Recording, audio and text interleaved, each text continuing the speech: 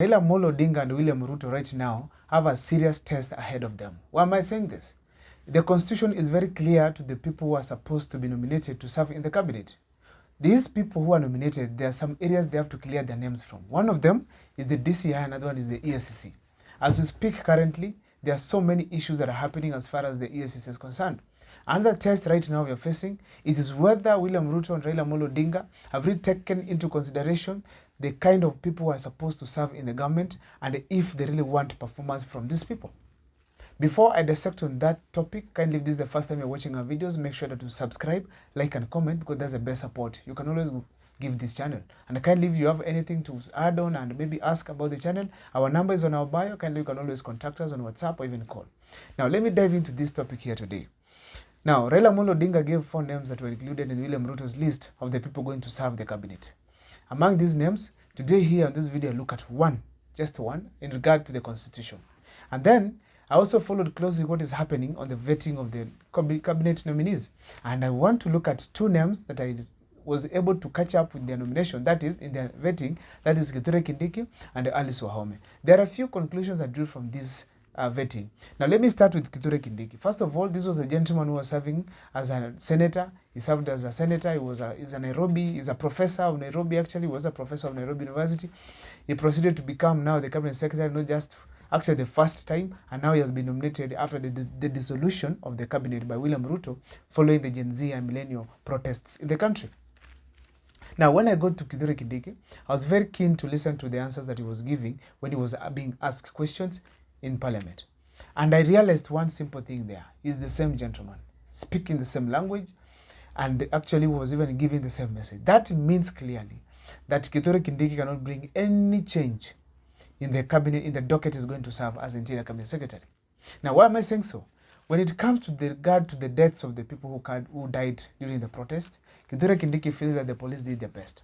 But for me on my side, I ask myself, what is this thing that was endangering the police to kill someone who is running away from parliament, shooting his head, getting his brain off, and then what was the danger of this? What was this danger that this protester was causing to the police that resulted to death? We have not gotten a clear instance of that nature, but indeed here the cabinet secretary was saying that the police did their best. How did they do the best in this? Now I'm asking this question because I feel like the people have lost their lives. The parents who don't have their kids because of the protests that happen in this country and because of the bullet of the police, what are they thinking of right now? This is the kind of empathy we need from our leaders. If you can't really have something that can support the common mananchi in terms of feelings and emotional support, please just keep quiet about it. But when he spoke, I realized the same person and there's no change you're going to get. So Kenyans, let us prepare for the same Kithure Kindiki. Now, another person I looked at it is Alice Wahome. Now, I sit down and ask myself then, if Alice Wahome finds her name in the cabinet secretary docket, then what do we expect from her as Kenyans? She had failed before as the lands cabinet secretary, has also failed in water docket. Now she has been nominated again to serve in the lands ministry. When I look at the questions that she was being asked and then listen to her answers, I come to a conclusion she's clueless. She's clueless, even including the statement upgrading of the slums in the country. There's no form of innovation that is coming up to meet the current technological changes in the country, in the world actually. Therefore, we can't expect any innovative changes in the lands ministry. Therefore, you ask yourself this question. What was the consideration of William Samoei Ruto when nominating such a name into the cabinet? Do they really consider development, track record, and also, very specifically, the requirement of the constitution of having technocrats serving the cabinet secretary as cabinet secretaries? They don't. That is a big test for William Ruto. Will the parliament go and reject them? No, because this is a directive from the president, the way they have been doing before. Therefore, it is ideal for this gentleman, Raila Amolo Odinga, William Ruto, to follow the constitution. The big name in my video today here, it is Wycliffe Ambetsa Oparanya. Before I tell you about Wycliffe Ambetsa Oparanya, Raila has been one of the people who have been championing for the provisions of the constitution. And some of these things include corruption. But unfortunately, one of his right-hand man, his deputy party leader, was now found having corruption cases. These cases have not been dropped. The EACC confirmed very well that they don't clear Wycliffe Ambetsa Oparanya to become a cabinet secretary or even to be vetted in parliament. And therefore, it raises this question. Why did Raila proceed to nominate his name to parliament proceed actually to give his name to William Ruto to nominate him. It is very wrong to do so from a statesman whom we trust and believe as Kenyans, that is the person who has been championing for the betterment of this constitution and the betterment of the lives in Kenya, and to be specific, fighting corruption in the country. Now, Wycliffe Ambetsa Oparanya has been accused of huge cases of corruption and has been nominated to be vetted in parliament. How is this going to happen? Are you going to have a replication of the same things that used to happen, where some cases like Linturi's case, where everything that was in court about him was reversed and actually she was from nowhere clean? Is that the case you're going to experience this time around? When I remember when the first nominations of William Ruto's cabinet were being done in 2022, early 2023, I think, we had some of the members of parliament of ODM, actually to be specific, Mbadi, who is a nominee as well, who is a nominee right now, saying that those people have been nominated are not qualified. Some of them have huge corruption cases. Some of them have cases pending in courts. Some of them are not having track record of development. Therefore, they should not be allowed to serve in government. Actually, they went ahead to say, let us give him his people. Now, today, the ODM has the same test. The gentleman, the man, is right now as we talk, not fit to serve the people of Kenya. Is Raila going to give an okay for him to serve? Is William Ruto going to insist that Ambetsa Oparanya must serve? What is this new that's going to bring if not corruption? What is this that he has to enter and do before clearing his name from ESCC? That is the big question that we have to keep on asking ourselves, because the constitution is very clear that we need to have technocrats serving.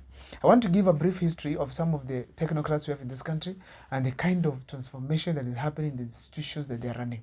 Let me give you an example of Joshua Igara, that is the CEO, the former CEO of KCB Bank, and now the CEO of Stanbic Bank. I had a chance to listen to him speak to Yvonne Okwara on Citizen TV. This gentleman has an innovative mind. He is very sharp and he knows what he wants to do for the people of Stanbic, the customers of Stanbic Bank. And I'm telling you, going forward, we're going to have serious and tremendous changes in Stanbic Bank, something that we never expected before. We are going to see serious transformation and more customers going there and more people seeking services from the same bank. Why am I saying so? Oigara was portraying a huge level of innovation. That is what you call being a technocrat. Going through education, gaining experience and knowledge in a certain area, and then being given a chance to serve in that docket. That is what we expect to see in our cabinet secretaries. But right now what's happening in Kenya, it is political awarding, friendship awarding.